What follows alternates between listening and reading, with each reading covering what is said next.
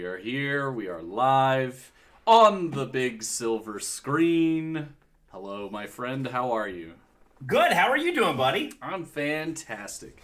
Been looking forward to this. It's a little bit of a different speed than the two other films that I've discussed on this show, but in a good way, I think. Nothing Great against. backdrop, by the way. Thank you. I just saw it. I'm particularly proud of this. I guess I could have put our movie poster rendition of Shawshank up, but I went with the standard between. Went with the standard, the original. Yes. I think is a smart idea. It's that is one of those images that I see, and my brain immediately just flies right to it because, as you know, I mean, this is my. I have a hard time saying favorite movie because I have a lot of favorites in different horizons of my life. But this is one of those movies that sticks with me as one of those movies that I can watch over and over. And I always jokingly tell my wife, I've got a few sick day movies, and it's either Shawshank or Rudy. Okay, those are both excellent sick day movies. Excellent and interesting choices. that something I'll talk about today a little bit is I think there is a point in my life where my favorite movies existed because they were all made within the same 2 years. I can see that. And I don't know why, but it's this thing I just recently discovered is that everything that I love, these movies that shaped who I am, were released at this time. It's really strange how that works. And to me, going back and watching this movie again really drove home, holy shit, it ages well. It never, there's so many movies now, especially, with 2021 eyes, I feel like you can watch and then there's maybe a joke or a line is said or there's something that you look at and you're just like, ugh. Maybe you didn't think about it or you missed it when, you were younger or when it first came out. And, we've become more educated and understanding as years have gone on. I don't feel like this one had any of those moments for me, at least. Because I was just it all works within this world. You could make this movie today, and I don't really think have to change anything. Absolutely, and it's such a testament to how good a film it was. Yes. From beginning to end, the writing, the technology, the filming, the direction. That were it not for some of the graininess and quality in the film, because obviously it's 1994. That you could see it released now, I think, with a few tweaks. And it would be a movie that was released in 2021. Its sensibilities remain. Its painstaking attention to film detail. And holy crap, I can't believe Morgan Freeman is as old as he is now. Yeah, I thought about that too, because I'm watching the movie and I'm like, this man has looked the same for 30 years. Obviously he doesn't look like that now, but for 30 years, just looked the same. It's just how he always looked. Would you say this is the movie that that really cemented the Morgan Freeman as we see Morgan Freeman nowadays, other than maybe Driving Miss Daisy? It's two movies for me, because in my opinion, there are two Morgan Freemans, at least two modes of Morgan Freeman, if that makes sense. It does. Okay. It does. I'm actually surprised you said two, because in my head, there's only one Morgan Freeman. I have two.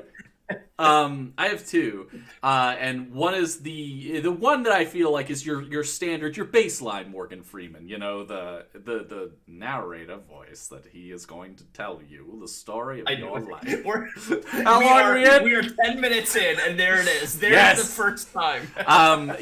Because he does such a great job narrating this picture, and everything that he does there is so good. But the second Morgan Freeman is the action Morgan Freeman. You don't see action Morgan Freeman now very often, but in the mid-90s you did. Of course, I'm referring to another movie that I absolutely love, which is Kiss the Girls, which he's in with Ashley Judd, he does a great job in that movie. We need to talk about. So, you, by the way, my friend, you are the only person who's ever said that statement out loud. No, not at all. I love Kiss the Girls, and I have some very specific. I am 1 degree removed from Morgan Freeman. Really? So after Kiss the Girls was a movie, I believe it might have been 1999, but I could be off the date on that. Called Along Came a Spider, which was it was the sequel to that. I could not think of the sequel's name. And Along Came a Spider is great. I don't think it's as good as Kiss the Girls, but it's still really good. Kiss the Girls was 97. Okay, yeah. So I think Along Came a Spider might have been 99 then. Yeah, that sounds about right. And so my father at the time was doing extra work in movies. Yeah. And there is a scene in Along Came a Spider where Morgan Freeman is rushing through a subway on a cell phone. Yeah. And he's going. It's near the climax of the movie. He's going after the antagonist, and there's a scene for about 35 seconds. It's a long cut scene where he is on the phone, and there's a little old man in a beret standing next to him in the scene as a featured extra. And it's my dad. Oh, that's awesome. So whenever you'll see it. Like if you watch Along Came a Spider, there'll be the moment where he's talking on the phone in the subway, and there's just a little old dude standing next to him, like. It's Morgan Freeman. And you can see how tall Morgan. Because my father was about 5'7". Yeah. And Morgan Freeman towers over him. Yes. That's awesome. That's super so, cool. So it's funny you mention those because they're movies that when it comes to like the Morgan Freeman canon, that a lot of people don't talk about because they see more the pensive, thoughtful, and wise Morgan Freeman. I really enjoy that. Badass. Yeah, I enjoy the badass Morgan Freeman because he has such great range. We're so used to I feel like the baseline Morgan Freeman is just such a... We've seen it so much, so that when you do see him in like Along Came a Spider or Kiss the Girls especially, he does some fucking badass shit in that movie. Absolutely. It's just so great to see him as.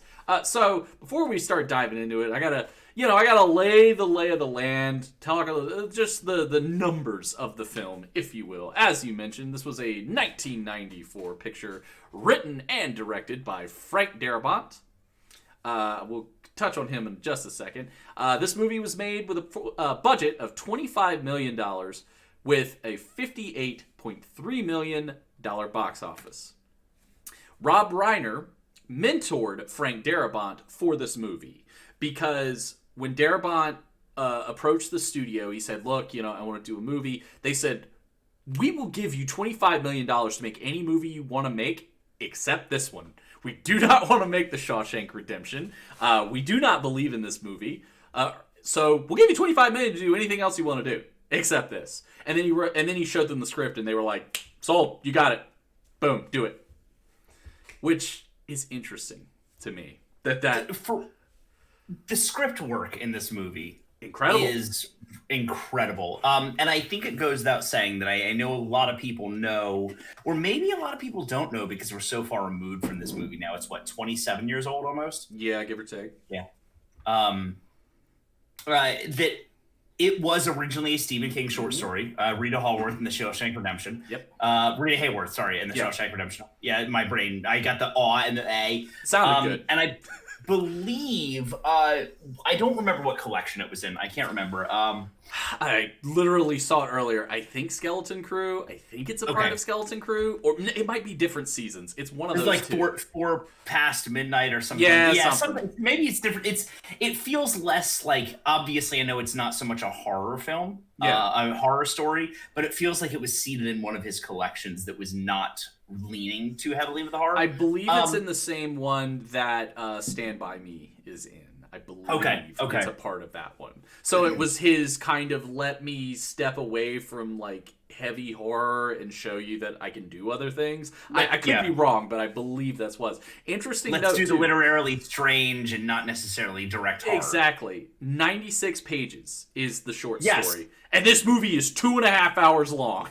So it does precisely like, and I think Darabont has done this with other movies as well, where when he takes an X-Acto knife to the original and he sort of cuts it apart into the pieces that really work for him and repastes it in his own like timeline and vision, he takes what is already awesome, and builds it into something so much better. I associate Shawshank Redemption with this film, and for as much as I love Stephen King. And I love the things he created. And growing up, I was influenced in so many ways by Stephen King. Pet Sematary is my favorite book of King's. That I associate none of this with Stephen King. Because Darabont made it his own, stayed true to the original, while at the same time feeding in this film gravitas that it really needed. So, and I feel like this is something that stands out in a lot of the movies that you see based off of King's work, where there's almost like we need to put the weird shit that King loves to write 3 pages about into the movie somehow. An example I like to use of what I'm talking about is from Pet Sematary. He talks for like a page and a half describing how Jed, the neighbor Judd. Damn it! I thought Judd first. I was like, no, it's Jed. But he goes into such like crazy detail about how Judd says the word "rod," like, you know, and just like drives that home. And it's one of those things that when you watch the movie of Pet Sematary, 3 seconds, boom, because he just says that damn rod. But it's still something that obviously was because Fred Gwynn doesn't talk like that. Like, but it's something that it seems that is better. That is sometimes that is better. But it seems like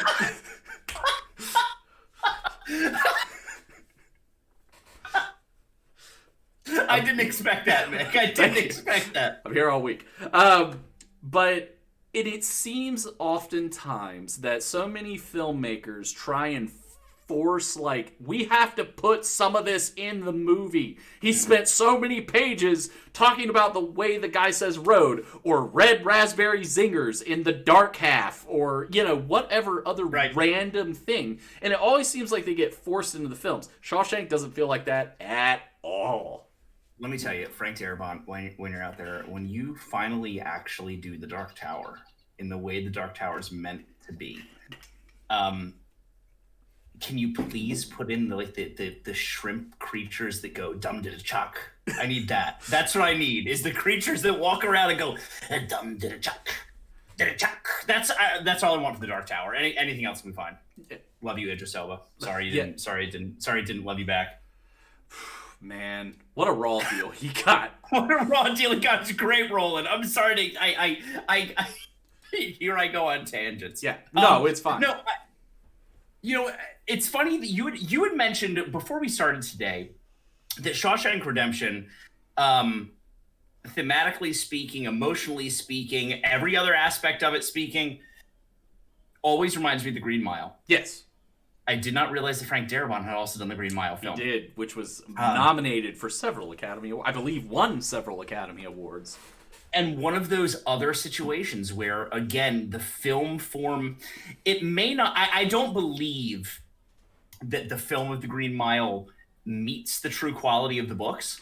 No, but I don't think so. Damn close up there. Like, it's a great film version.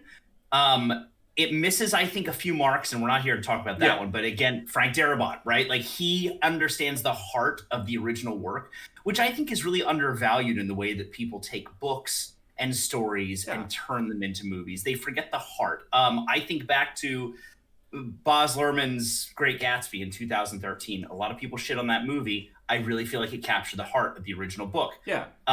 You know, Romeo and Juliet with Leonardo DiCaprio. Love it or hate it, I really feel like it captures the heart of Romeo and Juliet, even if it's a goofball movie. Everybody's insufferable in that movie, so it absolutely captures the heart of Romeo and Juliet. 100%. I actually think that movie's done very, very well. It's goofy as hell, but it's interesting, and it was a different take on it, and it's done well. Like, goofy, yes, but it's not shit. No, it's thoughtful. There is a thoughtful presence to that movie. And Darabont has that in spades when it comes to the Shawshank Redemption. So I agree. This movie shines, and that's just the writing level. And we haven't even been talking about how the story grows or past even what it was as a novella, and then into the acting. I mean, the acting is amazing work from literally every person. Every person in this film should have been nominated for something. Like, everyone. They just chew film apart, man. They do such a good job. So, and it's funny that, you know, we kind of talk about, like, the novella a little bit and things of that nature.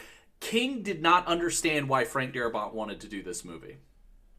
So, a little bit of back history. Stephen King, for a long time, like literally since the 1970s, has done something that is called the Dollar Babies film program.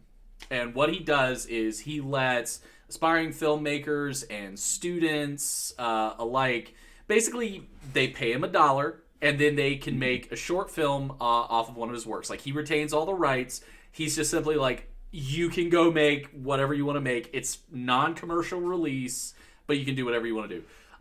Frank Darabont did that in '83. He made a short film based off of, which I've completely forgotten, and I forgot to write it down. Did I? Did I forget to write it down? Was it Maximum Overdrive? It was not. That was actually written by Cocaine. Cocaine wrote that movie. Thank you. I'd like to thank Cocaine for all it's done in bringing this movie to life. Speaking of that, it's a tangent, but do you remember like the commercials of Stephen King being like, "I'm Stephen King, and I'm gonna scare the hell out of you"? I do. What was it for? Was it for Maximum Overdrive? He directed. Was it okay? Yeah, he directed that movie. Yeah. Like that was that at a time when he was just absolutely decimated with drug addiction? So much cocaine. So much. There's so many people who, as writers, they both hold up on a pedestal and deride on writing the book that he wrote, his form book. But I will say the one thing, it's never an advice book to me, but it's more like a great story about Stephen King. And I always think about, like, there's a moment in that book where he talks about his wife confronting him and basically being like, you're done with the drugs, because otherwise I'm fucking gone. And she just goes through and takes every bit of drug paraphernalia he has and throws it away. And he's like, from that point forward, I knew that it was my clean. Yeah, I had to be. Wild to me that that man did so many drugs. So many. So Darabont, is that how you become a successful writer? I think. It's cocaine. Write it down. It's free advice. Stephen King made so much. Okay, so and to put it in perspective, like, because King was doing the Dollar Babies program in the 1970s as an author. From my understanding, authors are not incredibly wealthy people that they're just like, oh yeah, just make movies off of my stuff for $1, no problem. I mean, granted, these are non-commercial films, but still. So that just really speaks to how much fucking money King made off of his books, that he had crippling cocaine addiction. Right. Yeah, no, you're absolutely right. And he is a rock star author. Yes. There's not too many people that you can put up there. There is the TERF that shall not be named, who I think at the time, like when she created her big works, was a rock star author. But King is one of those authors nowadays that he remains a rock star author, even though the dude's in his early 70s. Well, and more importantly, his like, as you said with She Who Shall Not Be Named, she has the one thing. She's got that one thing, and that one thing she did very well. King was like, I got like 30 things. Which one do you want? And, that to me is more impressive. I jokingly say to myself, do you know who KMFDM is, the band? I do, yeah. I jokingly say that Stephen King is like the KMFDM of books. That you'll pick a random book off the shelf and it'll either be a great one or an absolute piece of garbage. Like, it's just Gerald's like KMFDM Game. album. Yeah, it's like Gerald's Game. That's exactly. Holy shit! I hate that book. It's so boring. I do. It's so bad. It's a great idea. It's a great idea. It makes me. Am I supposed to live in this boredom? Is this what? Yeah. Is this the message of this story the whole time? Like, am I supposed to hate myself for reading this? No. It's great. So, as I mentioned, King did not understand why Darabont wanted to do this movie, because he's like, there's not really a movie there. Like, it's just Red telling you about Andy Dufresne for 90 pages. And he's like, and Darabont on the other end of it, he was like, it's obvious why I want to do this movie. Like, it's obvious. So I think that's where the heart in this movie comes from, is like, Darabont saw something that not even Stephen King could see. Yes. And to me, that's pretty incredible, because his vision. That's director and writer with a vision that has literally spoken itself to him as he read it. I think that is remarkable. Yeah. And I don't know if that's something that really a lot of people will ever experience in their lifetime. I know as a creator, I never have. Yeah. You know, and to see your own idea spring forth in tandem with somebody else's already created idea. What an interesting, like, psychological exploration of creativity. Yeah. So, another interesting fact. So, this was kind of Darabont's, like, first I'm running the show movie. He wrote Nightmare on Elm Street 3, which, great movie. Some say number 3 is the best of all of them. He did a great job writing it. But this movie is so different from a sequel to a sequel of a straight up horror film, and $25 million to a rookie director that's a lot of money in 1994. Yeah. That's a lot of money. Was that the budget? Yeah, $25 million. That's it. Yeah. Like, I mean, it is a ton of money, obviously, but I think about, like, budgets nowadays that are in the, in the it's nothing. The 9 figures. That's an independent film's budget now is like $25 million. Wow. You know, it's crazy. He actually paid King $5,000 for the rights to do this movie. So he wrote him a check. King never cashed it because he's just like, you're not going to get this fucking movie made. Like, nobody wants to see this as a movie. Never cashed it. Gave it back to him and wrote a little note on it and said, if you ever need bail money, here. Which, again, like, how much of a fucking gangster is Stephen King that he's like, I wipe my fucking ass with $5,000. And also that it's basically going through his publishing company and his agent and coming straight to him. Like, at that point, they're like, King, we're your yes man. Yeah. Whatever you want to do, Steven. Yeah. You want me to kick my own ass? I'm on. I got it. No. So to me, that is amazing. The King never cashed the check. Again, we touched on it a little bit before. Everybody in this film kills it. Stars Tim Robbins, Morgan Freeman, Bob Gunton, Clancy Brown, and William Sadler, just because I had to make sure I mentioned that William Sadler's in this movie, because I fucking love William Sadler. Well, you mentioned, so why do you like William Sadler? Because I have one of those people you mentioned that I want to talk about how much I love them. 2 reasons. Well, actually, there's another guy, which is Clancy Brown. I love him. Oh, I already knew that was going to be one of the, because Highlander, right? Yes, Highlander. He's great in Pet Sematary 2, and that's not a great movie, but he's great in it. See, it's Edward Furlong. He just automatically takes things down like 2-3 notches for me. Oh, he does. You're right. But like everybody else is fine in it. Anthony Edwards, like Goose, like he's doing a thing. But William Sadler, 2 reasons. One, he's kind of the protagonist in Tales from the Crypt, Demon Knight, and I love that movie. Demon Knight's so good. And he's so fucking good. It is so insanely good. He's also Death in Bill and Ted's Bogus Journey. Mm-hmm. And you're right. I'm like, I love this dude. Like, I will watch William Sadler read the phone book and love it. And he's actually really great in this movie too, as Haywood. I love my favorite out of those. The one that I think is sort of like the unsung hero of that list, like William Sadler, is Bob Gunton. Yeah. He's got this past as a Broadway performer. Yep. And which I was shocked to find out. He was amazing. You can actually hear clips of him as well. He was unbelievable. I believe he played. He was in Evita and a few other things, and he always plays this stoic, reserved man of quiet action. Yep. And there is something about his presence, especially. But if we're immediately leaning into this movie, this presence as a devout yet corrupt. Oh my goodness, it's such a great role because he nails it. He is the, he ferries people in and out of Shawshank as the warden, and he is increasingly horrible. Yes, he gets so progressively worse. I think it's by the point in which he's talking to Andy, and Andy's in solitary, and Andy's like, it all stops, the money, all of it stops, and he's like, nothing stops. Like, that's when you're like, he is the worst person in this fucking prison. Like, and how interesting. Yeah. That I think about, we're talking about prison movies / King / Darabont. Think about the Green Mile, and I think of the Warden. Yep. In the Green Mile, very different being. Oh, he's and I really love great. that. Yeah, he's like a good dude. Hal's a great guy in that. Put into a really confusing situation when it comes to his wife.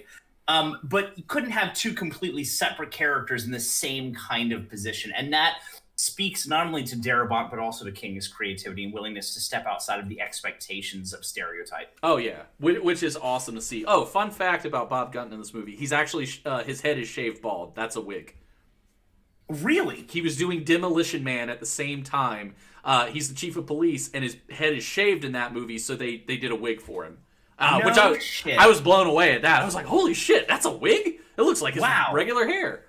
That's how old was he when he did this movie, would you say? Well, let's see. He's like 75 now, so he was in his 50s. Yeah. They chose him, too, because he's a bit of a bigger guy. And one of the reasons why they liked him opposite Tim Robbins is because he is a bigger guy, so it was believable that Andy could wear his clothes. Yes. And it wouldn't be, like, weird. So that's why another reason why they went with him, because he's a little bit of a bigger dude. Because, like, Tim Robbins is 6'5", which I was like, what? Yeah. No, that's what? I thought the same thing. I was like, is he really? Like, I know he's tall, but yeah, he is 6'5". He seems like such a... He was in another movie that I absolutely love. Do you remember seeing the Hudsucker Proxy? Yes, it's been a long time though. Where he basically overtakes the Hudsucker toy business, and then there's this weird situation where he throws himself out the window and like time stops. Oh yeah. Okay, I remember that. And I remember him seeing that as well. This is like not long after Shawshank, and in both movies he always seemed like such a mite of a person, like a very tiny dude. I think it's the way he carries himself, for sure. Yeah. Which is funny because if you look at him in a movie that I love, Bull Durham, he is a idiot in that movie. Yep. An idiot. I love that movie so much, but it's so weird. It speaks to his ability as an actor in the portrayal of Andy Dufresne. And so big fan. So, we've gotten the kind of numerical aspect of the show out of the way, but when did you first see the movie or become aware of the movie, and what kind of made you say, like, I want to see that. I want to go see that movie? Great question. So I never saw it in the movie theater. Neither did I. Ever. Most of my movies that are my favorites I never saw in the movie theater. 1995, I would say, or 96. And I think when it comes to this, talking about numbers, this is your quintessential cult classic. Yeah. This movie, it made, I guess, a respectable and reasonable amount in the movie theater, but nothing that's going to break the bank. I think it recouped its budget. I could be wrong about that. It made $58.3 million. So budget and then some, which pretty decent. It doubled its budget, right? But even then, it's not that thing that people would like put down in history. It wasn't Independence Day, it wasn't Jurassic Park, and not to mention like it came out around Independence Day, Jurassic Park, where the true humongous like box office films, they just existed. They overshadowed everything. So I know that this movie really quickly went to home video, where it really shone. On VHS, and also it went to HBO. Yes, and HBO played this movie incessantly. And in the summer of, I believe it was 1995, it was literally the first year that I had ever had cable in my life. We had 43 channels. I remember this distinctly. And I remember sitting on my parents' bed because their room was the coolest in the house. And I would just flip through movies, and I would watch the same. Because I just couldn't get over the fact that I could get movies at home like that. 2 seconds. I have to deal with a very naughty dog. Please do. I'll keep talking. I know that life, Mick. I was about to put on some great music for you in the meantime. Okay. I was about to put on some fun game show music for you. He just woke up from a nap over there, and then he was like, "I'm gonna just start messing with stuff and I'm I want to bite things. How about a show here? Anyway, so you watched it. So I watched it over and over at various times, but I had never seen the full movie until like 2003. Because I always caught it when it came, like I would catch it normally not too long with him going into Shawshank, but it was not until 2003 that I saw the beginning with him drunkenly loading the gun. Yeah. And man, like the shots of his hands shaking in the car as he's drinking, and he drops the bottle. Yeah. So I had never seen that part of the movie, and so there was always this place in my head as a child where I was like, Andy Dufresne truly is just he's an innocent man. Yep. And he's an entity. He's far more than innocent. He's done questionable things. Sure. And he was prepared to make a questionable choice by committing murder, which he did not do. So I just always thought Andy was this. I was like, oh, he's definitely an innocent guy in prison. He's perfect. He's a perfect man who would do nothing wrong. And so I went almost 10 years without seeing the full version, and it just made me love it even more. But I never saw it in the movie theater. I only ever saw it on home video, and of course, I think the same way as so many other people, it became my favorite because it is a cult classic in that regard. And I understood even as a kid that what I was watching was something remarkable. Yeah. What about you? What was your first time with it? So a little bit of a similar experience to yourself. So growing up, like I did the same thing. I would watch, if I liked a movie especially, I would watch it literally a billion times. Like there was one summer at my grandparents' where, no joke, I would wake up, I would immediately put in a VHS.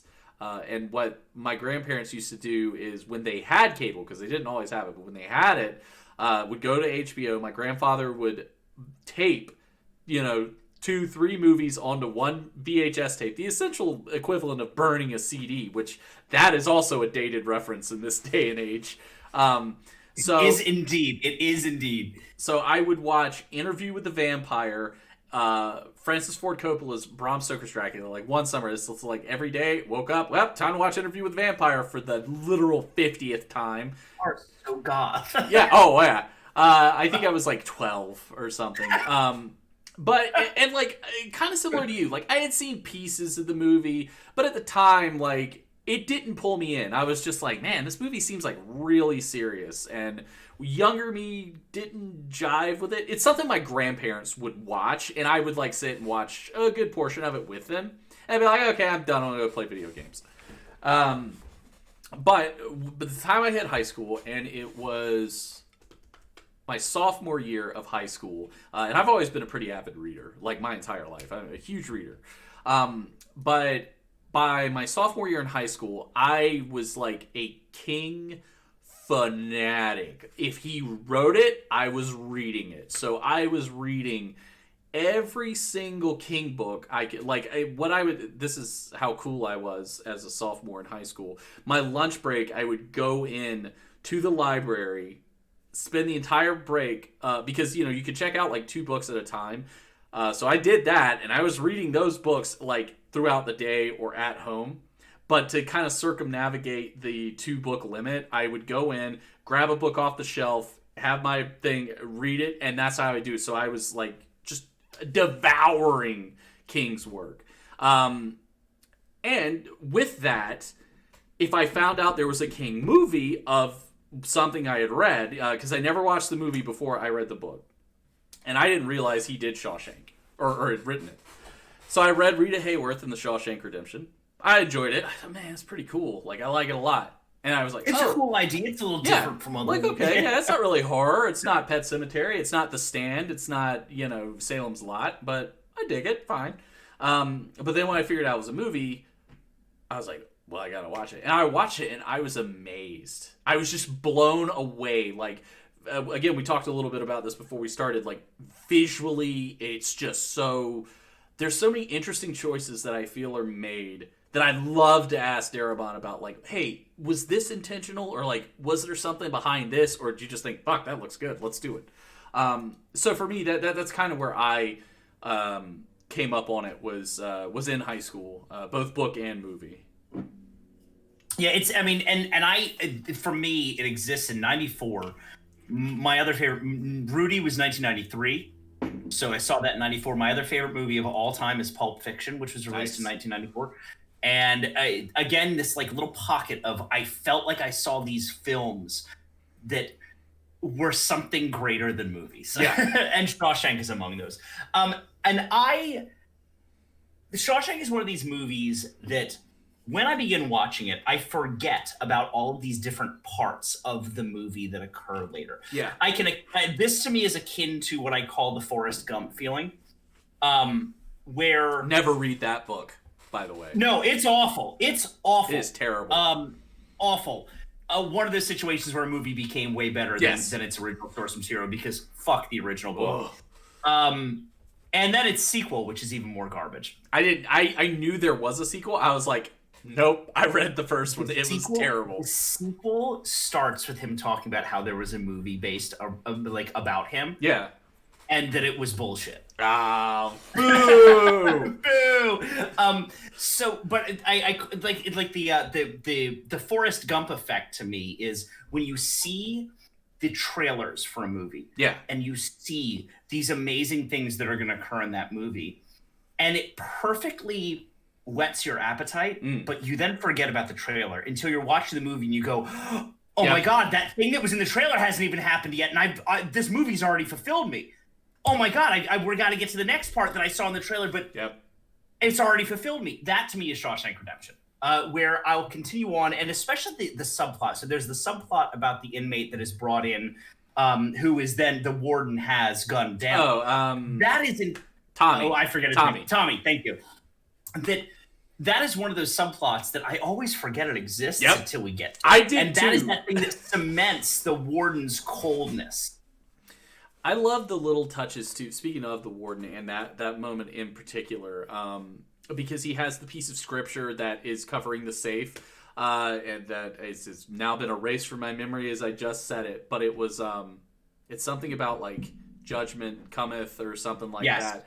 And he's like, oh, my wife made that in church group. And it's just like, it's one of those things like you see it, you read it, you forget about it. And then you flash forward to the end of the movie where here they come. They are, Andy has pulled the lid off the scams. He's given everything in the newspapers and they are coming for him. And you see him look and it's like his judgment cometh. And you're just like, suck it, you stupid warden. I have this movie to me, and I don't know if it's intentional or not. You were talking about how you'd love to sit down with Darabont and talk about stylistic choices visually. I'm really interested in the allusions in this movie because all I can think about when it comes to this film is the labyrinth, the original myth of the labyrinth, and that Andy Dufresne, he has to escape the labyrinth. Obviously, he is stuck in it, being in prison. He is both in this labyrinth of his own actions, the actions of those around him, and he's stuck in there for years. But how is the Minotaur killed? Theseus rolls in and he follows the thread. Yeah. And I always think about the front of the safe, the engraving on, not the engraving, the embroidery on the safe, like the cross stitch on the safe. Yeah. That it's thread. It is that one. That thread is leading to the center of that labyrinth where he's going to overtake the Minotaur, which he does by setting everything up so that the warden falls. Yeah. And the warden is obviously the center of this labyrinth. Andy escapes, but does he really?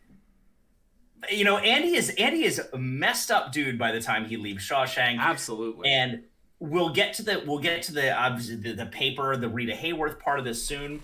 But he leaves Shawshank a more redeemed man. Here's the title, but also a one who has been condemned by circumstances as well, and he is changed and damaged and hollowed by being in Shawshank. There's a portion in the movie, and I feel like it might be the strongest work of Tim Robbins in the film. Because, as you said, you missed the opening part with the gun and the shaking and the drinking and all that kind of stuff. So I feel like for a while, we really do have a question in our brains. Did he do this? Did he do it? We don't see it, but everything that we're shown kind of indicates that Andy Dufresne did indeed kill his wife. Sure. And there's a point, he's talking to Red, and he's like, I killed my wife. I didn't actually do it, but because she, my wife says I'm a hard man to know. And that I drove her away. And because I drove her away, it put her in a situation in which she died. Therefore, he's carrying that guilt. And that to me is just like, whoa. He has been walking around with this for like 20 years at that point. And that right there is one of those things that makes me think to myself that this is a movie that in its own regard can belong in 2021. Because if we were to look at 1994, or even the time in which this movie is meant to take place, I can't remember, late 30s, early 40s? Andy Dufresne came to Shawshank in 1947. Thank you. I couldn't remember exactly. I had to do it in the Morgan Freeman voice to jog my memory. The common sensibility there in the plot would have been to say, not I was a hard man and I drove my wife away, but rather my wife chose to stay away from me.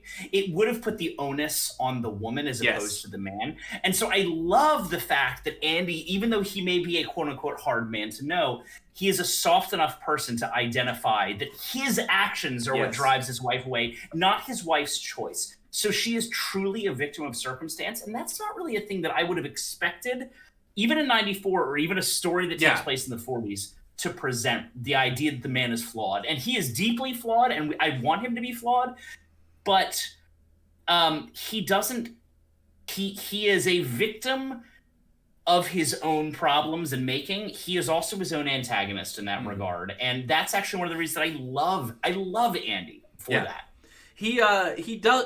I appreciate that you say that, because I feel the same way in that Andy plays this dual role. Because when you talk about this movie, and you would say, well, who's the antagonist of this film? And like obviously you say, oh well, it's Hadley, it's Clancy Brown's character, the hottest screw who ever walked Shawshank, or it's the warden. But like you said, in some ways, there's a benevolence to those characters, because once Andy, helps Hadley with the tax paperwork, the guards then protect him, and he doesn't get attacked by the sisters, and Hadley beats the shit out of Boggs, and that's not a thing. Boggs doesn't attack Andy anymore.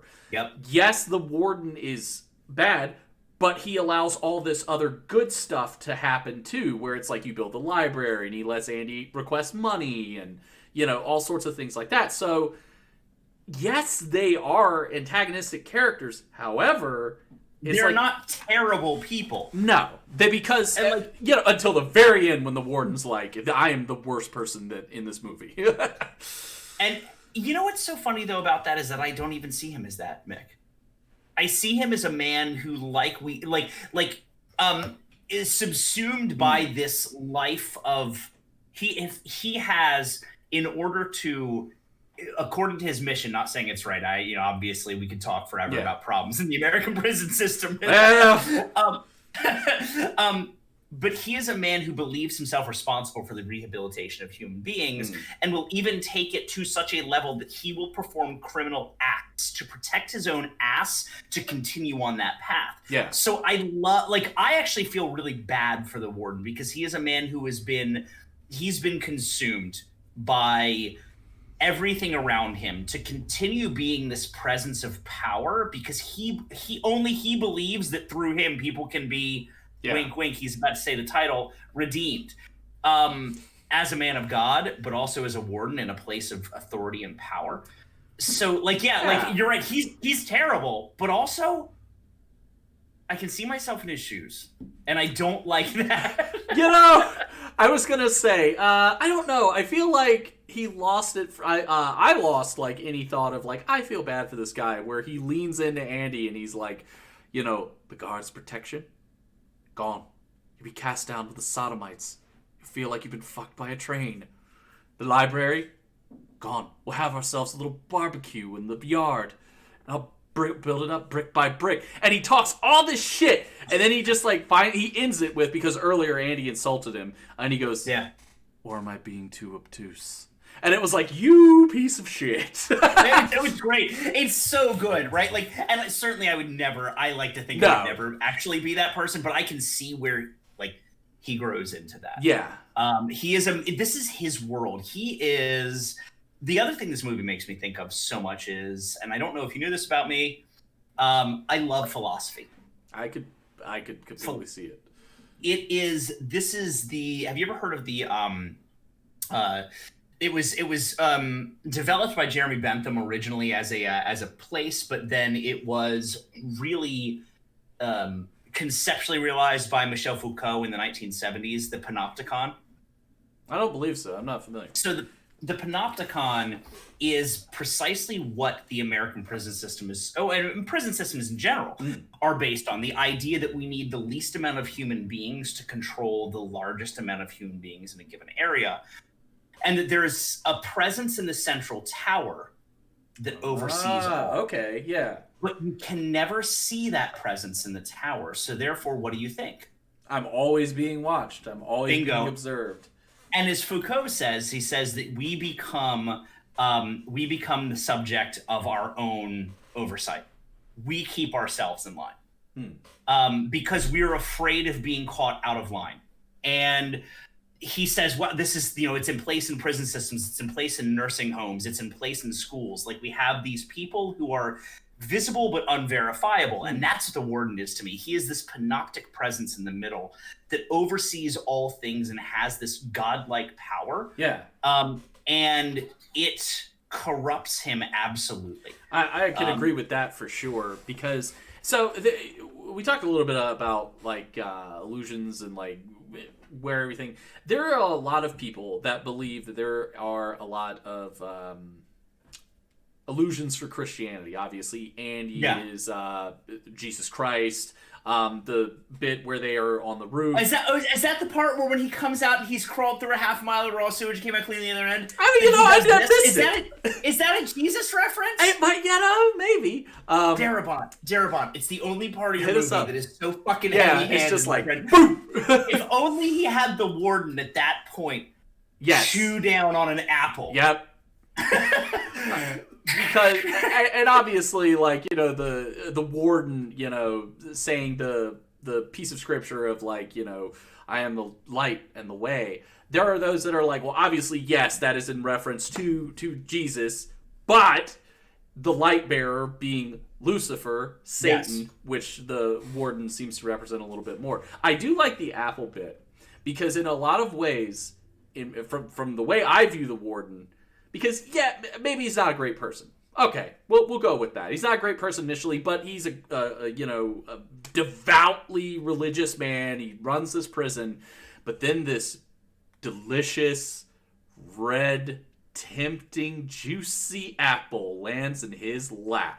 Mm-hmm. And he says, you know what? All these values I have, they're going out the window because I'm going to line my pockets. And this dude... Yes. So I definitely think Andy is that. He is certainly the object of temptation for the warden to, start becoming someone who goes against, like, essentially everything he stands for from our perspective.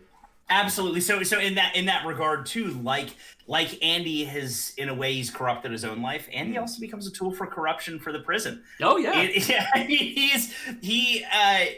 Because he is so locked into his own intentions. Yeah. That he doesn't actually see how these things. And I'm not a believer. I'm truly not a believer in the idea that characters are the architects of their own downfall. Absolutely.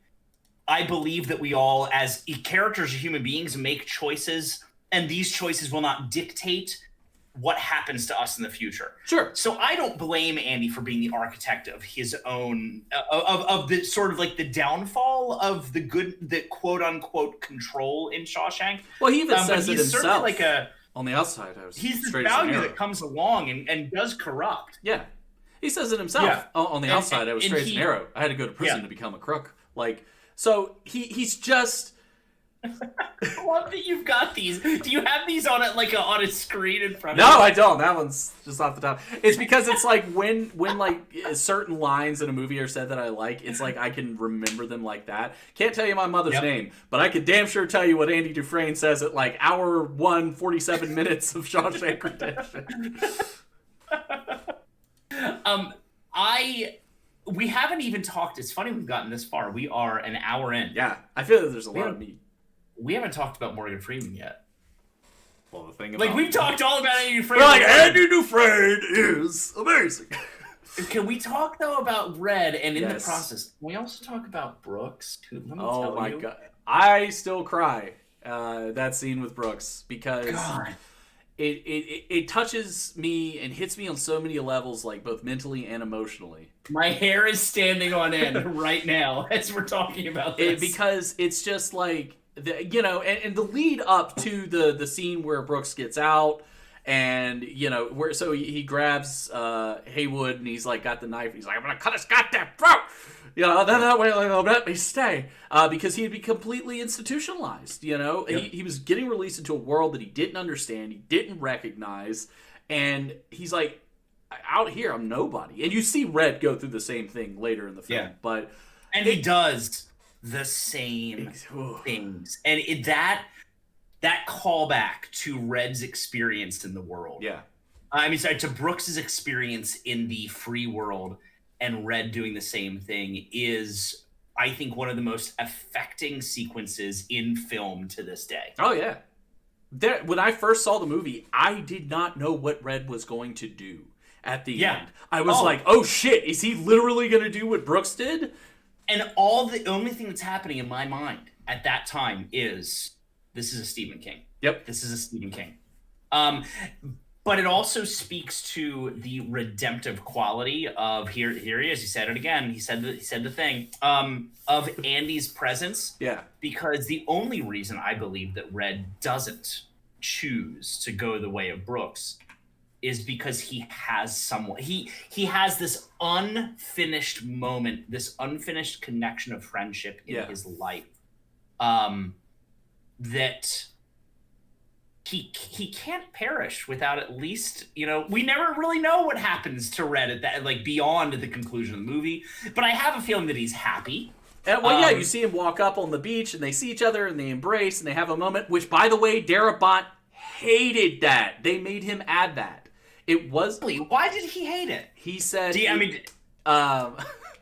What does he say? So they shot an additional scene too, where it's actually Andy and Red speaking. And Andy and Red link together, and they just begin violently kissing one another. Or is that unfortunate? Okay. No, I really like but that. There's a scene that they were gonna do that they did shoot where it's Andy and Red, and they're like talking, and he's like, "Oh, how did you get here?" And he's like, "Well, I rode on the bus," or whatever.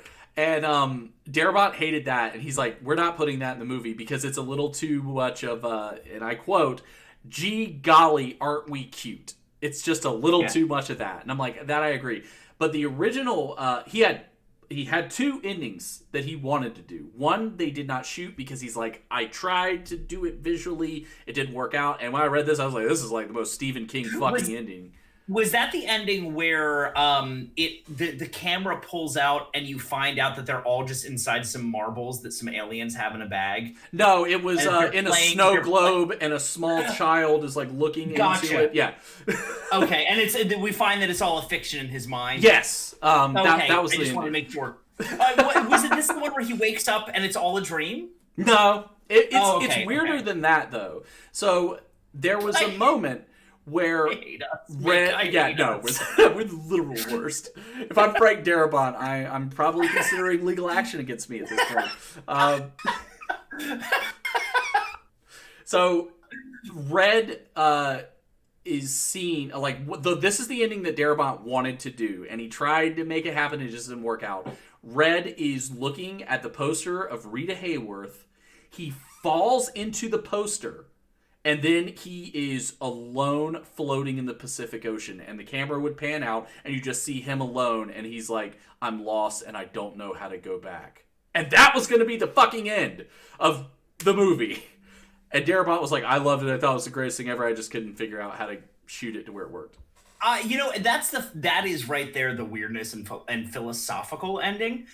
But I'm really glad they didn't go with that. Yeah, me too. There is a warmth to this movie that it lacks. Yeah. And I love how it ends, and I can see why Darabont didn't like that ending with them talking, because there's a comfort in the silence at the end of this. This is a moment to be shared between these two great old friends, but we don't need to see it, and I like that. There is a warmth at the conclusion of this movie that I lack throughout the most of it, and I love that I have to wait. I have to wait and chew my hand and be like, to see and receive that warmth at the end. The original ending that they shot and then they screened and then later expounded upon was Red gets to the border in Texas on the bus and it ends. So you never know if he actually crosses. And I actually would have been okay with that too. I'm glad that they show him on the beach, because it's the ultimate payoff. Because we've seen Andy go through things, but Red giving the speech of the talking about how he wishes he could go back and talk to the younger him. Is that the one that concludes that speech? Is that the one that concludes with, "And my God, the Green Mile was so long," or was that? I believe it concludes with, "I want you to stop wasting my time, because I don't really give a shit." Sonny. One of the best goddamn scenes in the movie. Good. And that's what gets him out of prison. They're just like, "Yep, he's good." Get this fucking guy out of here. Which I really wonder if that would happen. Like, I really, I love that commentary of being the man they want you to be will get you nowhere. Being the man you are will get you somewhere. And I do think there are places in our life where that doesn't apply. But I mean, the fact that Red is so done at that point, he's like, you know what, this is a pageantry of bullshit. You're parading me around, and truth be told, and they never talk about this when it comes to Red, but I can't help but have it in my mind as I watch. And again, one of those places where this movie is leaps and bounds beyond its time. It's, while it is not about Red's race, that he is kept in prison, or rather, it's not spoken. Perhaps that is why, but it's never mentioned as a quality in the film, and I never really see that, and I appreciate it. There's a respect provided to Red's presence that is not hinged upon his color. Yeah, and that doesn't seem to be a thing in Shawshank at all, which is kind of incredible. It's this world of like. Compressed equality, where within this little snow globe, it's true. We're a child. Don't matter. The same, even the representation of them might be a little off as we look back at it now. But even like the sisters, like no one shames the sisters for their proclivities and interests. They simply are the sisters. Well, Andy does say, "I don't suppose it would help if I told him I wasn't homosexual. Neither are they. You gotta be human first. They lack the requirement." Because that's great scripting. It really is good scripting. But you're right. Like they are just viewed as pieces of shit. They're pieces of shit, but they are. Like you're not hearing like judgments about them. Being. You don't hear anybody call them like a slur or a name, or it's just like, nope. They're terrible. We know they're terrible because they attack people, but that's where it ends. The same thing. And like across the board, there's nobody that really seems to even, and I'm sure it's tempting. I'm sure it's very tempting to go there. You would think you would see it from the guards. Like, obviously the guards throw some names around, but they never cross that one, like, racial line. Into this abusive, I mean, there are abusive beings. Yes. But they're part of this. And I would hesitate to say, like, obviously, like, they are beings of power and authority in this, and they possess a vested authority in this world. But they are also part of it. They're just as imprisoned as everyone else because they're there for 8 to 12 hours a day. And so they have a camaraderie. Yeah. Although I always think about that guy who's taking a shit when Andy locks the door. I'm gonna go pinch a loaf and read Archie. Like, no, he's not even reading Archie. It's Archie's friend Jughead. Like, he goes to read a Jughead comic, and I'm like, I was taking a dump, and I'm like, I felt bad for that guy because the minute he hears it, I'm like, I know that feeling if I've got to get off the toilet, but I'm in the middle of something right now. Man, Andy, that poor bastard. But also, like, are you the worst guard in the prison? Like, Andy could have come and slit your throat, dude. Like, what are you doing? But that speaks to kind of the entity that Andy is, where he walks in a different way. No, it's incredible. I do like the one kind of joke, and this ties it in with the novella, is when Andy asks Red, he's like, why do they call you that? Because he's I'm Red. Yes. It's like, why do they call that? And he kind of stops and he's like, maybe it's because I'm Irish. Because in the novella, the character of Red is Irish. He's a white dude. But that's it. The one little joke, little quip, and then it's boom. That's it. It's the only time we ever really acknowledge anything like that. And I'm really sure that's one of those things that Stephen King looks back on and goes, fuck. Like there's things that this movie did way better than Stephen King's original book, and he's like, God damn it. Yep. If only I had made that. Right. I think of that. No, it's Morgan Freeman is. I feel like Morgan Freeman is like us as the audience. He is our entry point into the world of Shawshank. Because he is holding our hand. Like, I know, and some people might be like, no, it's Andy. No. No, not at all. It is Morgan Freeman. I'm 100% with you. Because Andy doesn't know how Shawshank works. He doesn't understand the, ins and outs and the, little tiny, what do you call it? The nuances. Yes, the nuances. Red does. Red is that informative tool for us to get into that world, to understand like the diegetic qualities of how the prison works, because it's not just prison, it's this little compact world all on its own. Yeah. And it's fascinating. It's fascinating the things that make Shawshank function or lack thereof, and just the little bits. The thing that is interesting to me is they say that Andy was basically being tortured for like 2 years before they got to the point of him helping tell Hadley, like, do you trust your wife? Also, like, what would you think of Andy Dufresne? Myself? Yeah, if you were to meet a Mr. Dufresne, if you please, what do you think your kind of opinion of? Because I think he's a little spooky. Like, early in the movie. Like, he's very spooky. He feels disconnected. I'm not going to lean into that place of he sort of seems like a sociopath, because it's not my place to say that, and also I don't want to like deride, because I feel like so often we see movies where if there's any quality of a person that is neurodivergent, we're going like, oh, that must mean they're doing bad things or they're a bad person. No, not at all. He's a bit weird and disconnected, and I think in that his inhumanity surfaces a little bit. Yeah. He is what I would consider in works. There's always the three humans, as I call it. There's the human, the inhuman, and the abhuman. Yeah.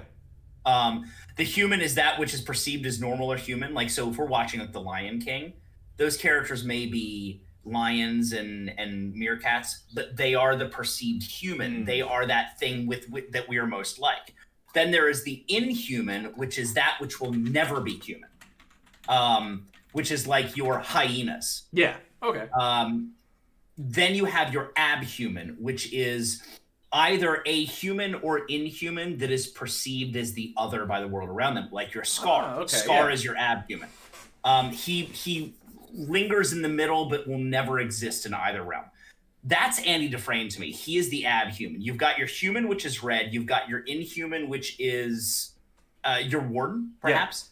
And then you've got your abhuman, which is Andy. And nobody interfaces with abhumans very well in works. Yeah. They're always on the outside. So I'm going to say, I think I'd see Andy the same way. I think I'd see him, I'd be curious about him. But I don't think I'd naturally be driven to like the guy. Yeah, and I don't think... Well, Red says, I liked him immediately.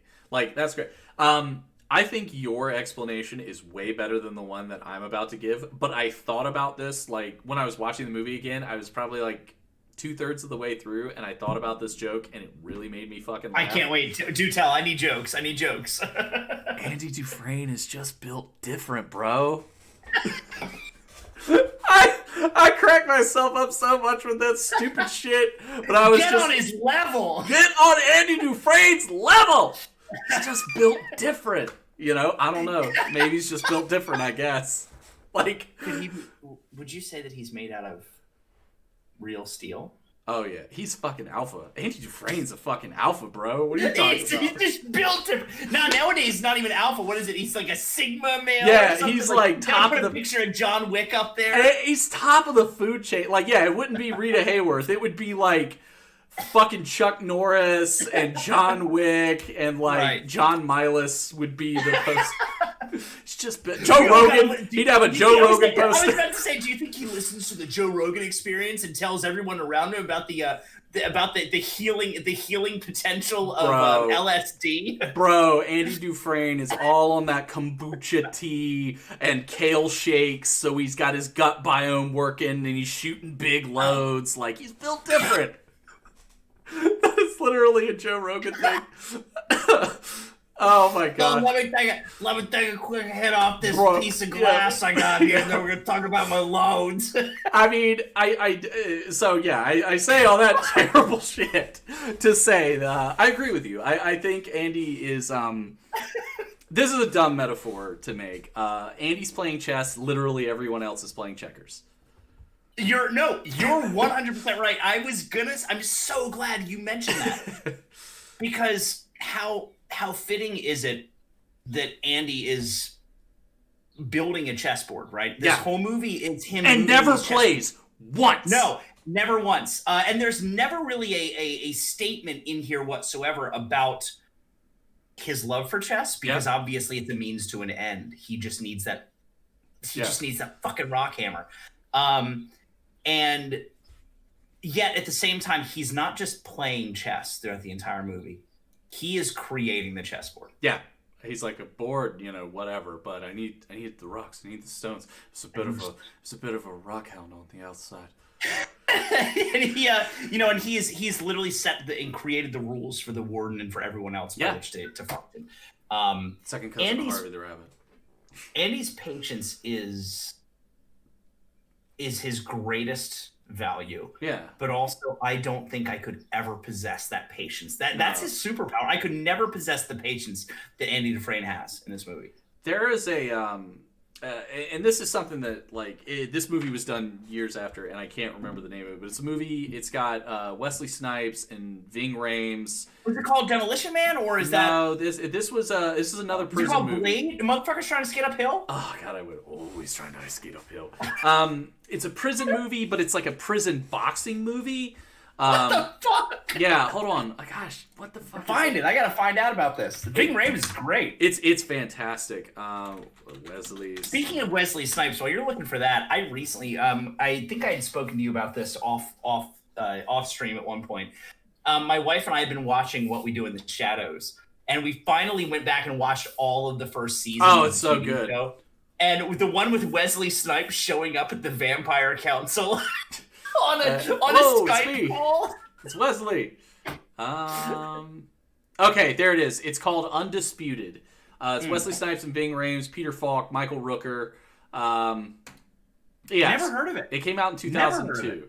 The premise of it is like Wesley Snipes was like an amateur undefeated boxing champion. And I don't remember what he did, but he did something. He goes to prison. And Ving Rhames is like, he's basically Mike Tyson. Like, that's who his character is supposed to be, is Tyson. He's undefeated boxing champion, did some horrible shit, but he gets, like, slap on the wrist, basically. Oh, we're going to put you in prison. There's a, like, huge boxing fanatic that's in the same prison, and he's like, I want to set up a fight between these two dudes, and it'll be a big thing, and blah, blah, blah.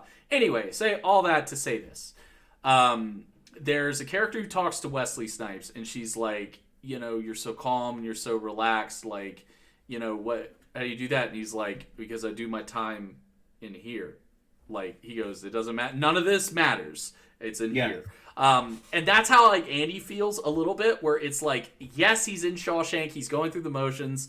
But he's really, like, he deals with his time and his incarceration on a different level than, like, everybody else does. Yep. You know, because, like, even when Red's like, oh, well, that's going to take X amount of time, or, oh, that's going to take 60 years or whatever. And he's like, well, time I got. And it's almost like he doesn't care. He's just like, yeah, whatever. Yeah, it'll take me 20 years to do this. It's a numbers game. It's a numbers game for him. Yeah. And if the numbers after the execution of this task are greater than the numbers in which it took, the numbers spent doing the task, then it's a profit. Yeah. I love the collection of scenes where, like seeing him shake out the dirt from his pants, which I gotta know, like how uncomfortable that was. The one thing, though, and I'm sure this is the question that it all comes down to. Everyone has this question, and I hate this question, but I have to ask because if we're talking about Shawshank Redemption, we're talking about this question. How did he re-secure the poster, Mick? Tape? Did he, like, put tape on it, and he's, like, crawling into the hole, and he's, like... That... Like he's walking the poster back until the tape sticks to the wall. Yeah, no, it is a little, like... Huh. I was gonna build, this is no joke, I had it drawn downstairs on a piece of cardboard, and I was gonna cut it out and put a piece of paper over it and sit here and try to, like... How can I, like... Hey, you know what? You know how he did it? Because Andy Dufresne is built different, bro! He's built different, bro. But I did see an amazing explanation of it somewhere that said, Andy builds this hole in the wall. Yeah. And it's just honestly, the nature of like air moving through that hole is going to suction that poster back enough. Just like literally in this room, my door, my window when it's open pushes my door closed. So okay, so that would make sense. But I love the poster over the hole. The moment where Bob Gunton throws the chess piece, and he throws it and it pops that hole, and you see the camera pan back through. Yeah. I love that whole scene because Bob Gunton is like losing his shit, and he's like, it's a conspiracy that everybody's against me. All of you are in on it. And it's like, yeah, he's unhinged. I especially like the part because he's talking to Raquel Welch, and he's like, what say you fuzzy britches? And I don't know why it cracks me up, but it does, because he's like so pissed. And then he's like, what say you, fuzzy britches? Oh, she's not talking either. And visually, she's against everything that he stands for in life. Yeah. Everything. Oh, yeah. Propriety out the window. That little cupcake, gone. I've recently started playing, and it must have spoke to me. I recently started playing Control, video game that came out recently. Yeah. Shawshank Redemption, the intro to the game is literally all about the protagonist says, she's like, have you ever seen that movie with the prisoner who escapes the hole in the wall, and all he does is cover it with the poster. And cover it with the poster. What's behind that poster? And that's the whole premise of the game, is like, seeing beyond the veil, like that Descartesian veil of have we pulled the veil over our eyes, or are we actually trying to pull it off? At what point are we? We're stuck somewhere in the middle. Are we seeing the world that we think we need to see, or are we seeing the real world? And that Shawshank's all about that. Did I just see we had a El the Noob fella and also Dollsteak hanging out in there. Hey guys, how's it going? It's it's something to me that is so interesting, because part of me wonders, how long was Andy waiting to leave? Because clearly the it's done, it's ready. Like, he requests the ropes from Haywood. So my question is, like, how long was Andy waiting? Was he waiting for the weather to be bad? Was that coincidental? Like, was it a thing that, like, pushes him over the edge to say, fuck this, I'm done, I'm out? Well, I read says, like, Tommy's death made him realize that it was time to get the fuck out of there, or whatever he says. But that's something to me that's a little bit interesting, where it's like, it very clearly seems like Andy could have left sooner than he did, and just didn't. And like a Brooks / Red situation. Yeah. Did he find that his life within Shawshank was comfortable enough that he had established a whole power system? Yeah. I mean, he was in control of the warden, and in his own regard was the warden of the prison. So it's like him leaving I think we've all been in this place before. We look over the precipice. We're about to open, Pandora's box, whether it's in our own life or whatever, and we have our thumb in that latch, but we don't want to open it. We don't want to make those hinges squeak, because doing so is a thing we can't undo. And Andy leaving Shawshank is a thing he will never undo. Yeah. Just like it's just a one and done. Like, you're either doing it or you're not. And I feel for him in that, because I don't know if I would ever have. I don't know if I'd be that person who could crawl through that hole and leave. The idea of escaping prison legitimately frightens me to my core. Andy Dufresne crawled through a river of shit and came out clean. Came out clean on the other side. 500 yards. That's 5 football fields. That's a lot of shit. That's like my favorite line in the movie is the crawl through. And he comes out of the pipe and he's like, he flops in the water. He's like, and I'm like, I can just feel it in my mouth. Know. Andy, just. And this is like 1970s. Andy just suck it down there. Yeah, this is 1970s poop too. So, this is like super gross poop. This is 1940s. 1940s. No, 1970s. Yeah, you're right. 1970s. So I forget that he's in there for 20 plus years. So we've talked a lot about what we love, and I feel like no conversation is complete without having at least some gripe. It could be minor, it can be major, but is there anything with anyone's performance or anything particular in the movie that you say like, that gets my guff? That's a really great question, Mick. And if there's not, that's fine. I do think there are times the movie is a little long. Yeah.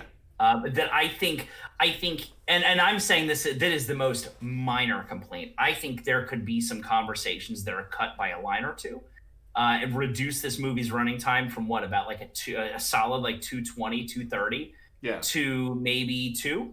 God, it's a great question. As I'm not a filmmaker, I am a baby wannabe film critic. Can't say there's much that I honestly would remove from it. What I would never want, and I don't care about remakes. I'm cool with remakes. I don't think I would ever want this movie remade, because I don't think there's a necessity for it. So I would ask, like we look at movies like Casablanca, right? You don't remake Casablanca. Yeah. You don't need to remake Citizen Kane. Not that this is up there with them. You just don't need to. Yeah. And I think Shawshank is one of those films that was never need to be retouched. So maybe in that, we talked earlier about its flexibility and its accessibility. Maybe in that there's also a certain inaccessibility for it, because it will only remain in that 1994 spot. Somebody has to search this movie out to find it and watch it. Because it's not really something that you're just going to stumble across on any day. Like, this isn't the TNT movie of the week or anything anymore. Right. Like, it's going to be a classics movie eventually, if it isn't already. I think it's probably there because it's over 25 years. So I don't know if there's too much personally. I'm not somebody who can really watch a movie and pick out those things. Yeah. What about you? What would you say that you think if there was something that you would fix in it? So I'm not either.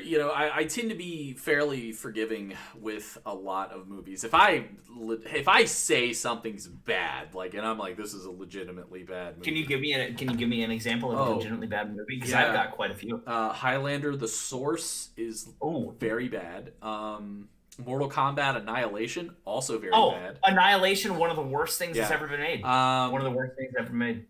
Do you want to see my animality? Do you want to see it? Or whatever he says. That was my animality. It's like, see a Nighthawk. Yeah. Whatever your name is.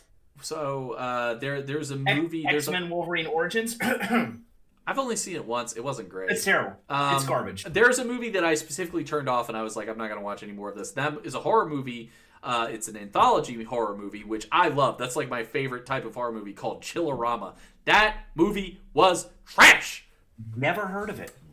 Yeah, awful. Basket Case, also a terrible horror movie. So there's plenty of bad movies. In terms of what would I feel like you don't have to be very forgiving with this movie. I feel like it's so strong visually. The score is excellent. The performances are excellent. in a lot of ways, because we talked about it, this is a 96-page novella. Stephen King says, I don't see the movie here. And Darabont's like, it's pretty obvious. And then he turned a 96-page novella into a 2.5-hour movie. He essentially used like the Native American hunter approach in that he used every piece of the buffalo to craft this piece of art. So there's nothing to me that really stands out. There's something that I like that they don't do, and that is a couple of things. When Boggs gets beaten by Hadley after he attacks Andy for the last time and all that, and they say, two things never happened again. One, the sisters never bothered Andy, and Boggs never walked again. Spent the last of his days drinking his meals out of a straw in upstate. We don't see that. I don't need to. You told me everything I need to know. I don't see it. When Boggs is just simply not there anymore. Yep, he's just gone. He's removed from the equation. And same thing at the end of the film where they come up and they arrest Hadley for killing Tommy. And he's like, Byron Hadley cried like a baby when they took him. We don't see that. Yep. I don't need to. I don't need any more. Yep. That is Red, right? Like, Red is our narrator, and we also have to always identify that anytime we have a narrator, they are an unreliable narrator. There is never a reliable. Yeah, and he even says, I didn't see it, but this is what I heard happen. And I love that hearsay, because who's to say, we never see it, so therefore, did it happen? Yeah. Did Byron Hadley And it's cry? prison, so they're obviously... And I love that. I have to trust the knowledge that I'm receiving through Red, but it's also in its own regard mythicized. Yeah. Just like Andy Dufresne. Like, did Andy Dufresne really crawl through a half-mile of raw sewage or whatever it is, or fit whatever, and come out clean on the other? No, he didn't come out clean on the other side. And how did they know? Like, right? How did they know that? Yeah, it was 500 yards. I mean, that just sounds like a tall, and you get that. I feel like you kind of get that implication that these are a little bit of tall tales. Because, later they're telling the story of him getting the beers for them all on the roof. And it's like, that's not what Andy said. Like, he didn't say it like that. Like, precisely. And I love that. I think that is such a powerful storytelling tool. And the fact that Red, who earlier says there is no guilty man in Shawshank. Yep. Except for him. He's the only guilty man in Shawshank. Right. And that, like, Red was clearly a man who had done something horrendous. Do we ever find out what he did? No, I could be wrong. I feel like it's murder. That was the implication that I got, because they only ever say, like, terrible crime, awful crime, that terrible thing I did, but they never say I was a murderer or I did this or I did that. So... yeah, they never say what Red did. And I think that is a necessary storytelling tool, because unfortunately, especially in 1994 and time above it, but even now, I don't always think that viewers or consumers of a story have the maturity to separate a character from their actions in the past. You're going to get people who would immediately judge Red and go, oh, well, Red's a murderer. I can't trust anything he says. Red's a piece of shit. Well, that's not the complexity of human nature. And what are the circumstances in which Red did that action? For the story to be told in its most effective way, unfortunately, that is this beautiful lack of knowledge that we have to possess. Well, and I think it's interesting, or it's at least like maybe a social study to make about the concept of when is a former convict truly redeemed. Like, Red spends, I think it's 38 years in prison before he gets paroled. So Red spent 38 years. And it's so bad, like, you see this when he's bagging groceries at the end of the movie, and he's like, restroom break. And he's like, you don't have to ask me, just go take a piss. And he's like, for 40 years, I've been asking permission to pee. And without it, I can't do a drop. So it's like, whatever Red did, he has paid his debt. So I agree with you. I feel like if they'd have said, oh, well, Red was a murderer, or Red did this or that or the other, like, that's going to cloud, and so many people aren't going to look at him and be like, oh, no, he deserved to be blah, blah. It's like he paid his debt for 38 years. that's one of those amazing commentaries that this movie develops. Is that it is, you know, obviously, and again, you can't ever separate a piece of art from the time in which it's consumed. Yeah. We look at all of the problematic qualities of a prison system in general, and that they have for hundreds of years been completely separate from the original intent of what a prison system was meant to do, which was to rehabilitate. Yeah. And there are no tools for rehabilitation in the prison. We see that the only person who rehabilitates is the self, and Brooks cannot rehabilitate himself, and we lose him as a result. Red is able to do so, and he's only able to do so. You're going to hear motorcycles in a second. He's only able to do so because he's got this promise of Andy waiting for him. Yeah. And he has that spark of hope that Andy discussed, where it's like, that's actually what keeps Red going, because in a way, he says it himself. He says, I was institutionalized. Like, he says it before Andy leaves, before it ever happens. He says, I can't make it outside of these walls. In here, I'm somebody. I'm the guy who can get you anything you need. Out there, I'm just some old con. It's the Prometheus problem. Yeah. It's the you know, that idea of, okay, without knowledge, I can exist comfortably in a place of misery. You know, I can, as you know, the Greco-Roman pantheon was intended to do so. Humans were originally intended to be beings that had no comfort. We starved. We lived in a world of darkness and cold, in sickness and misery, and we would perish. And that was our truth, because that's the only thing that separated us from gods, was that we would perish. They do not.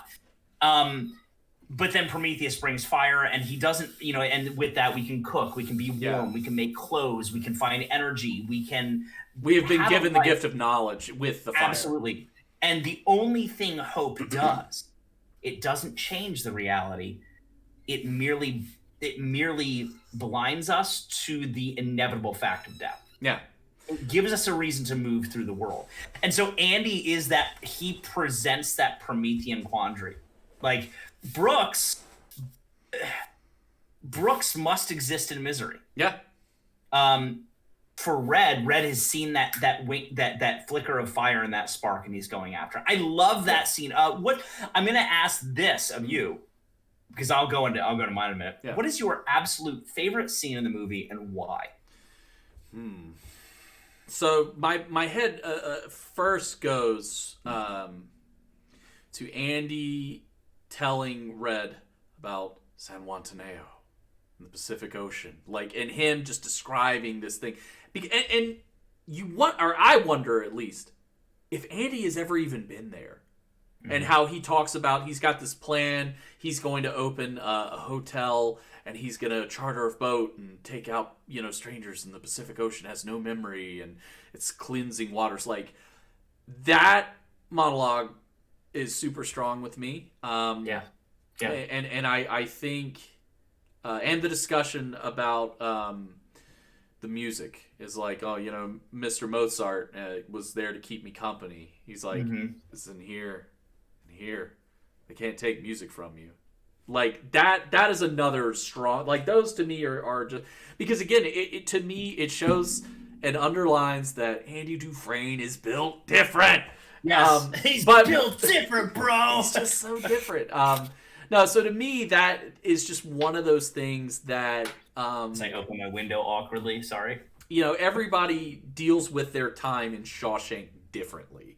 And Andy's seems to be the most effective. Some guys kind of gamify a lot of things. Like, you know, when you got the new people in, or we're betting cigarettes to see who's going to cry first. You know, another thing is, what's another thing that they kind of turn into a little bit of a game? I can't remember. I had it earlier. It's gone now. But they do that a lot. Like, they kind of gamify a lot of stuff of, like, you know, because boredom. Amusing themselves. Yeah, it's like, what the fuck else am I getting through? Yeah. But yeah, him talking about San Juantaneo for the first time and describing it. Oh, I also really enjoy where he tells Red about the volcanic rock that has no earthly right to be there. I proposed to my wife under that tree.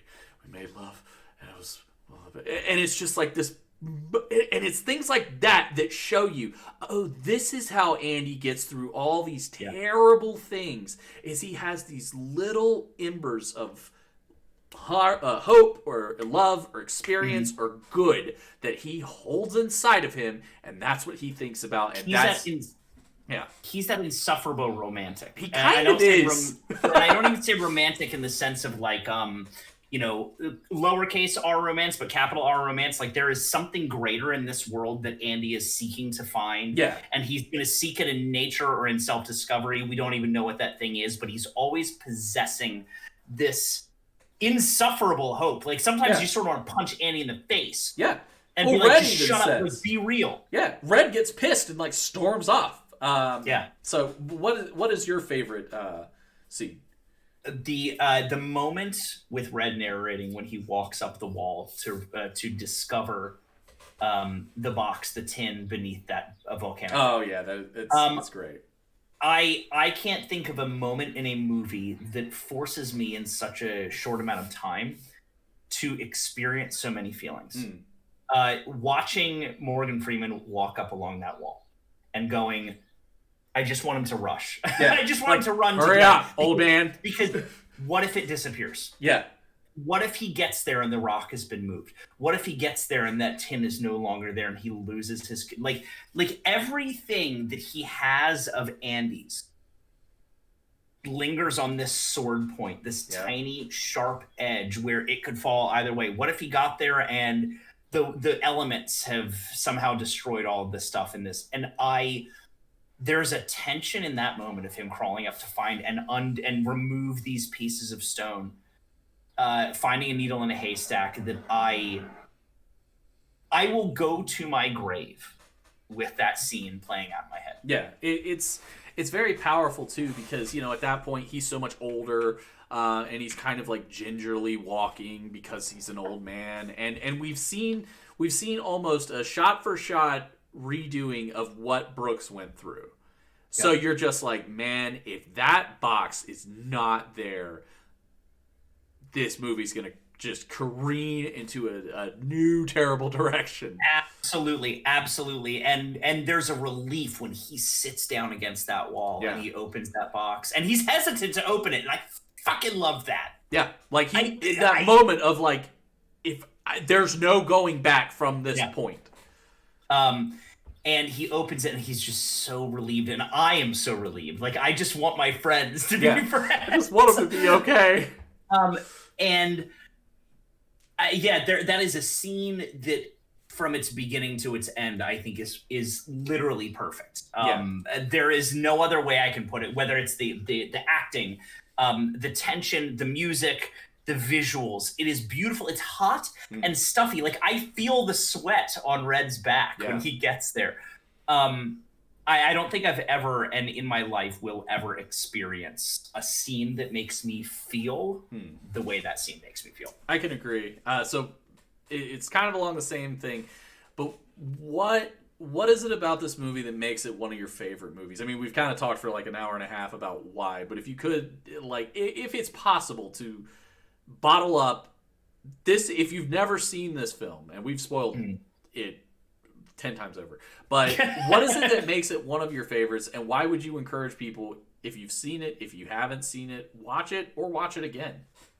I love stories about human struggle, which I know every story is sort of about human struggle, but so many of them linger in these places of ugliness that I don't necessarily know are our stories to tell. Let's look at some of the, like thinking about some of the most profound stories of human struggle, right? Look at Roots, the book, the movie. One of those amazing examples where that human struggle is present, beautiful, and ugly. Let's look at something like Passion of the Christ, which I can happily say is a film that could vanish from the face of the earth and never need to be watched again, and I'd be happy with it, because I felt like it glorified a story of hope and turned it into a tool for guilt.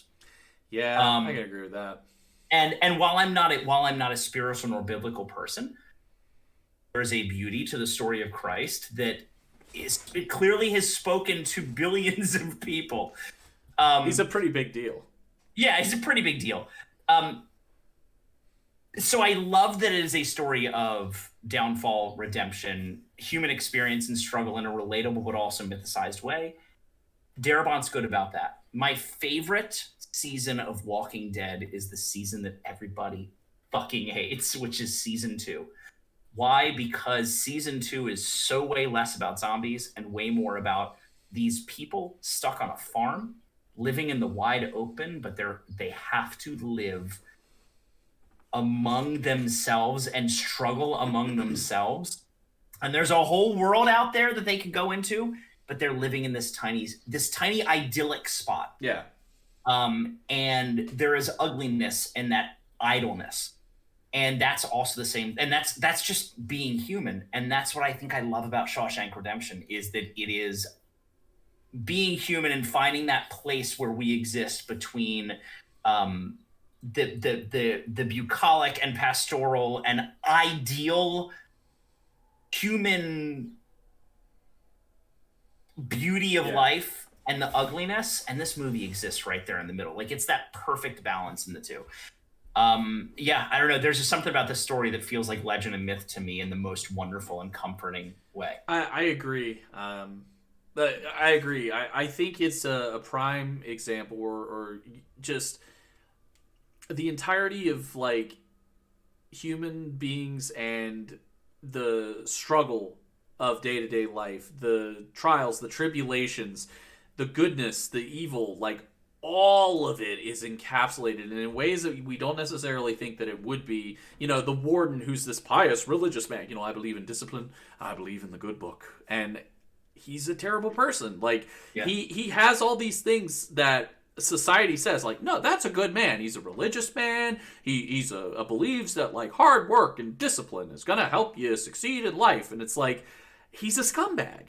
You know, Byron Hadley, he's a guy who is charged with caring for these inmates and shepherding them through the day, and he is a sociopath. Like, he takes great joy in some cases beating them to literal death or crippling them the rest of their life because of this weird power trip. I mean, this is a guy who finds out that he gets $35,000 and he's bitching about it. Like, and then you've got like Red, who does things like he brings in, you know, reefer, if that's your thing, bit of sipping whiskey, cigarettes. You know, he runs this economy within the prison. But it's like, I'm trying to make it easier for people in here. That's why I'm bringing in, you know, a magazine or a chewing gum or some, you know, cigarettes or whatever you are looking for. I am trying to get it to you so it makes your life easier. And then through all of it, you have Andy Dufresne, who is the embodiment of the human spirit, and that, like, you can throw mud on that flower as much as you want, and it's still a flower, and it's still going to grow, and it's still going to work its way up and get to the sunlight and get what it needs. And that's Andy. That's Andy the whole movie. And it movie. can only do so, you're right. It can only do so through this, like, immense patience, right? It is Andy's that, he is that, you know, that stereotypical babbling brook that wears down the stones. And, you know, he chisels away with a little rock hammer. But, you know, so to me, that's the thing, is like, it really does show you how powerful hope is and how a little bit of hope can take you so far. A hope can take a man who'd been in prison for 28 years or 20 years or whatever, however long Andy was in. Like, it carried him through it, and it carried him through some tough times. And Red even said, like, I don't think if things had changed, like if the sisters kept attacking him, Andy would have made it. But we don't know, because we don't know what there's a line, and I forgot to mention this earlier, but there's a line, and it's one of the only moments where I feel like, and this sounds weird to say, I don't feel like Andy's wearing a mask, but I feel like this is like a glimpse into the real Andy Dufresne in this moment. It's when Boggs is attacking him, you know, in the projector room, in the film room, and he pulls out like the shiv or whatever, and he's like, you know, I'll shove all 8 inches of the steel in your brain, and he's like, you know, if you do that, you know, I'll bite down, and the bite strength, it can take a crowbar to do. And he's like, where'd you hear that? And he's like, I read it in a book. And then he kind of stops for a second, and he leans forward, and he's like, can you read? you ignorant fuck. And it's one of the very few moments where you get to see Andy get fucking real. And to me, that's just, again, it's just one of those, like, this dude is an onion. He has so many layers that you don't even see fully. Because that's a moment, like, you never see the rest of the movie. He's unafraid at that moment of what's going to happen. He's simply going to be right. Yeah. It's so I love talking about this stuff with you because it triggers all these other, like, gears in my head. Talking about taking something from a book, putting it onto film, and making it better and a more wholesome experience. And usually that's not the case. Like, there's so many things that fall out, lost in translation. And we talked about it earlier. I think that's one of the things with The Green Mile. You are hurt a little bit because you don't get some of the inner monologue of the characters. And I think that hurts it a little bit. My favorite scene of The Green Mile in the books. My favorite scene in the books. Sorry, I muted myself by accident. Because I touched this thing. My favorite scene in the books was not in the movie. Which one's that? It's the one where Paul Edgecombe removes his shoe and gives it to John Coffey and says, "Tie my shoe." And John Coffey can't tie the shoe. And Paul realizes that he couldn't have possibly tied that sandwich back up and taken them. And they just don't have that. And that was one of these reveals in the book that blew me away. Great works. I think about one of my favorite television shows for several years anyway was Dexter. Because the original books by John Lindsay, I run a podcast about books, and I'm happy to say those books are fucking awful. They're awful. They're just not good books. They're just sloppily written fun books, right? The show, however, took this idea, and whoever was the showrunner was like, I can make this into something better. Fix this. I can fix this. There is this moment in season 4, which incidentally is when Dexter sort of falls to the wayside and is not much of a good show anymore, where Dexter has this obviously he's a serial killer. He's got to wear this human mask over himself so often, and he interfaces with John Lithgow's Trinity Killer and watches as John Lithgow verbally abuses and berates his own family. And Dexter sees the mask slip. And so when John Lithgow basically physically harms his own family, Dexter takes off his own belt, drags John Lithgow into the other room, pulls a knife out, and just leans right into him and says, I should have fucking killed you before now. And you see the mask fall off of Michael C. Hall's face. And it's that underlying, there is something to this man that he doesn't show the world. And that's what I think I see in Andy Dufresne in that moment too. Like a willingness to destroy and a willingness to express the subtle power he has for only a split second. Because he knows he's going to get beat down. Yeah. Like, there's no question. But it's that moment where he's like, no, I'm taking the power. Like, I'm actually in control of this situation. Because you can beat me, you can hit me and stab me and all that stuff that you want to do. But at the end of the day, all I needed was one little insult to cut you straight to the bone. And I just needed to know I am smarter than you. Yeah, and it's great. Well, my friends, thank you for coming on to the Untitled Movie Talk Show. Dude, it's one of my favorite movies of all time. Doll Steak, by the way, I'm very sorry that talked about a show you hated. I understand. I hate it too in retrospect.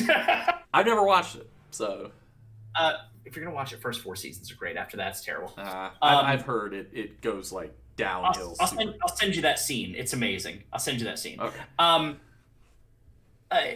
No, I loved it. I love that you guys were doing this. It gave me a chance to live back in a movie that I revisit once a year, twice a year. Yeah.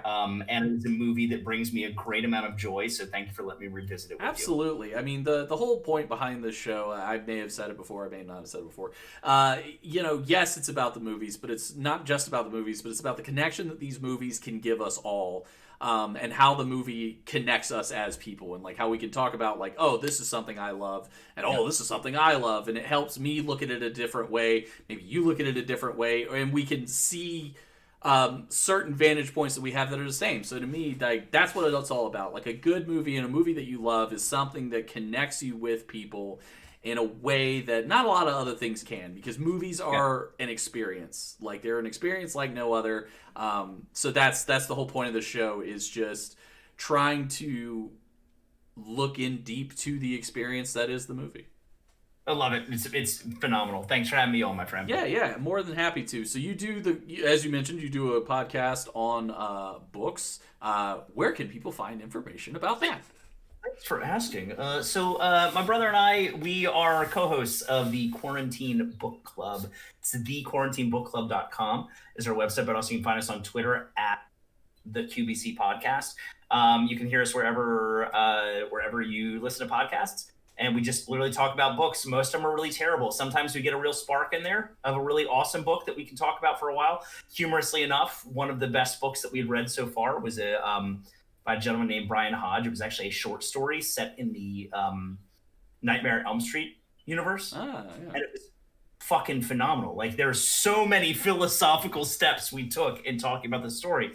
And we'll be having Brian Hodge, that author, on our podcast in the next few weeks. I'm really excited about that. I love that. I love you guys' show. I love you and Bob, I mean, first and foremost. But we love you too. I love listening to you guys' show. It's one of those things, like, and I feel like everybody who listens to podcasts probably goes through this at one point. It's like, I want to be on the show with them so I can talk to them about things too. Wait, when is that going to happen? We're going to make it happen. Whenever you want me on, I'm more than happy. I read a lot of books. We're gonna talk. We're gonna talk. In fact, maybe we'll make it a Stephen King special. Ooh, because we still have to lay out the remainder of the year after August. Nice. So it's gonna happen. 100%. I'm sorry. No, you could always just be like, I don't want to invite. I'm not trying to invite myself onto the show, but yeah, we had some of our other friends from Twitch. Like, we had Burners on there at one point. So yeah. Please do it. Yeah, Dollsteak said it was that Dollsteak. It was the best. It was literally the best thing we read last year. It was pretty remarkable. It's such a really fun excited show. to have him in. It's such a fun show, and I think the reason why I enjoy it so much, because like you said, there are some books that you guys hate, but you guys have fun with it, and that comes through. Like that, the fact that you guys can enjoy talking with one another, joking and laughing, cutting up, and that's what makes it great. Just like this, movies should be fun, right? Yes, movies are, no matter what that movie. Well, okay, maybe not Schindler's List. There's nothing fun about Nazis. Right, nothing fun about Nazis. Fuck Nazis. Or Flowers in the Attic. That movie's not very fun either. It's true. Yeah, there's some darkness there. VC Andrews. Movies are meant to be this thing that we share and have fun with, and the same with books, right? Yeah. If we have to talk too seriously about these things, then what the hell are we doing? Agreed. And I don't feel like you guys ever cross the line or do anything that's too bad. Like, or like, you're never mean about it, if that makes sense. When you're just like, I think I might have been last week. I think it might have been. I think it might have hit a wall. I realize I do not like lit RPG, which are books about characters that live in like Ready Player One is sort of like lit RPG. It's like lit RPG light. Okay. It's like, I'm a character who my life is terrible. I live in a game world, and here's a story all about the game. And speaking of bad movies, Gamer, starring Gerard Butler. And Michael C. Hall. Oh, that's right. He is the villain of that movie. He's doing like the weirdest Southern accent too. Yeah. Like, what a piece of garbage movie. God, that movie is real bad. It's garbage. Yeah. Sorry, that you said like a world within a game. I'm like, oh, Gamer's a terrible movie. Yeah, it's terrible. Thanks for having me on, my friend. Happy to I appreciate it. Appreciate it. As I always say to everybody else, like, this is something that I like to do periodically. I like to have different people on. I'm going to have some of the same people back on. So I'll have Rants back on in the future. I don't know when the next one is, like the next one of these that I'm doing. I need to talk to my next guest. But I will say the next movie that we will be discussing, talking about fun movies, I will be having a discussion with my older brother Brandon, and we will be talking about the cinematic achievement that is also a movie from the early 90s, 95, I think. Yeah, and that is Mortal Kombat. Very excited to talk about that movie. Again, that's why I was happy to do Shawshank Redemption, because I was like, RoboCop, Batman Forever. We're going to throw a little Shawshank in there just to mix it up. But thank you, everyone, for tuning in. And if you guys don't talk about the Lords of Acid theme for Mortal Kombat, I'm going to lose my fucking listen mind. to it like literally once a week at least. My only problem with the new trailer was that it doesn't have... it's there... but it's inspired by. I'm like, no, go back to that. There's no perfect song ever made. That's a perfect song. I think that movie is going to be garbage, by the way. The new one. I'm convinced it's going to be garbage. I think you got to really try. You got to try hard. I think you got to try hard to beat the original. The original is pretty bad. Yeah. Even though I love it, it's pretty bad. I have a theory. I have a theory about the new movie. What is it? Oh, thank you, Jen, for the host there. We're just wrapping up here, but I appreciate the host. I have a theory about the new movie. The Scorpion and Sub-Zero stuff is going to be awesome. That's going to be awesome. It's going to be like 15 minutes of the movie. Everything else is going to be trash, and nobody's going to care about it. It's kind of like the new Godzilla vs. Kong, in which the only bits that you care about are Godzilla and Kong fighting, and it only happens for like 15 minutes. And everything else and is know like, what? Eh. I would love to have some history in there about Sub-Zero and Scorpion and the man Scorpion used to be, which I think is actually going to happen. Yes, because I think it's going to happen because it's in the trailer. Yeah, so very excited. Very excited to talk about Mortal Kombat with my older brother. I can't wait. I love the fact that you're doing that with your older brother. Oh yeah, brother on brother action is some of my favorite. It's great. We had talked about that. What was the other movie that we had discussed? I can't remember. We were going back and forth between two of them, and decided on that one because we watched it back to back in theaters twice. Like we went in, watched it, and then sat through the credits, watched it again. So tune in next time to the Untitled Movie Talk Show with me, Mick Arcade, and my rotating guest. Check Rants out at QBC Book Club. And I normally say never be game over, but I decided to switch it up a little bit for this particular show. And remember, even a bad day at the movies is better than a good day at work. See you in the papers, everybody.